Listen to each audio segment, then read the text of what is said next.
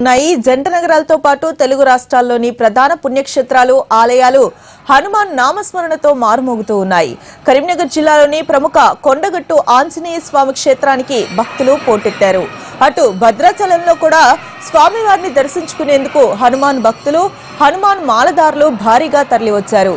గోదావరిలో పుణ్య స్నానాలను ఆచరించి మొక్కుల్ని చెల్లించుకున్నారు.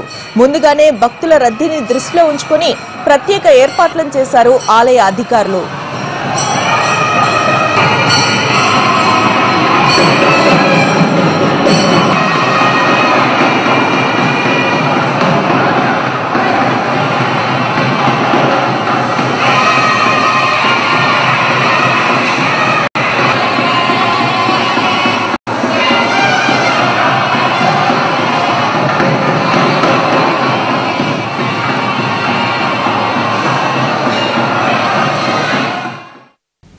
తొమ్మిది రోజులుగా అత్యంత వైభవంగా జరుగుతున్న తిరుపతి